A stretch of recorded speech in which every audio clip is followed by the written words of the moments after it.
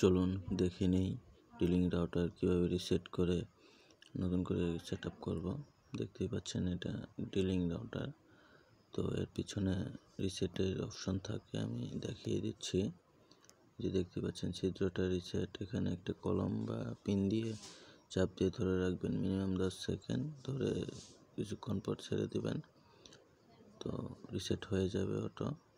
Reset হওয়ার পর আপনি ল্যান্ড কেবলটা ওয়েন পোর্টে লাগিয়ে রাখবেন, চেক দিবেন যে ঠিক আছে কিনা। তারপর আপনার মোবাইলে ওয়াইফাই অপশনে যাবেন, ওয়াইফাই অন করবেন। অন করে দেখবেন আপনার রাউটার নাম আসছে কিনা। ডিলিঙ্ক আসলে চাপ দিয়ে রাউটারটা কানেক্ট নেবেন, অটো কানেক্ট হয়ে যাবে। তো এরপর আপনি এই ক্রোম ব্রাউজারে যেয়ে নতুন করে সেট আপ করবেন, যেহেতু সেক্ষেত্রে আপনার ক্রোম ব্রাউজারে যেয়ে সার্চ করতে হবে 192.168.0.1। তো এটা লিখে সার্চ করার পর আপনার এরকম ডিসপ্লে আসবে।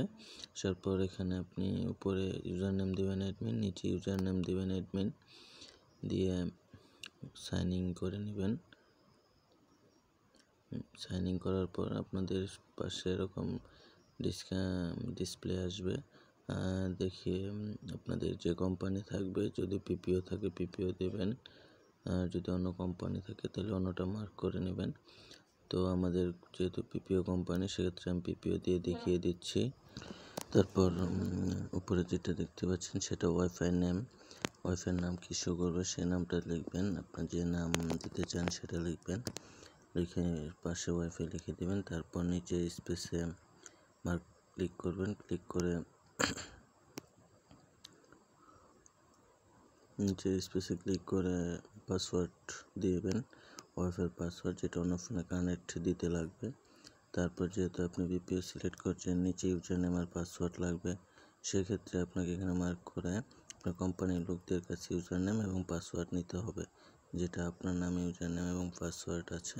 ওটা দেওয়ার পর দেখার পর নিচে সেভ অ্যাপ্লাই নামে অপশন আছে, সেখানে ক্লিক করে সেভ করে নেবেন। তারপর কিছুক্ষণ সময় ওয়েট করবেন। কিছুক্ষণ সময় ওয়েট করার পর আপনার ফোন থেকে ওয়াইফাই ডিসকানেক্ট হয়ে যাবে। ডিসকানেক্ট হওয়ার পর আপনাকে নতুন করে কানেক্ট করতে হবে যে পাসওয়ার্ডটা আপনি তখন দিয়ে অ্যাড করেছেন, সেই জন্য আপনাকে আবার ওয়াইফাইয়ের অপশনে যেতে হবে। ওয়াইফাইয়ের অপশনে যে আপনি যে নামটা দিয়েছেন সেই নামটা দেখবেন আসছে কিনা। যদি এসে থাকে তাহলে সে নামের উপর ক্লিক করে যে পাসওয়ার্ডটা দিয়েছেন আপনি সেই পাসওয়ার্ড দিয়ে নেটটা কানেক্ট করে নেবেন। বাস এতটুকু করলে আপনার রাউটার নতুন করে সেট আপ হয়ে যাবে। তো ধন্যবাদ, সবাই আইডিকে ফলো করবেন এবং পাশে থাকবেন।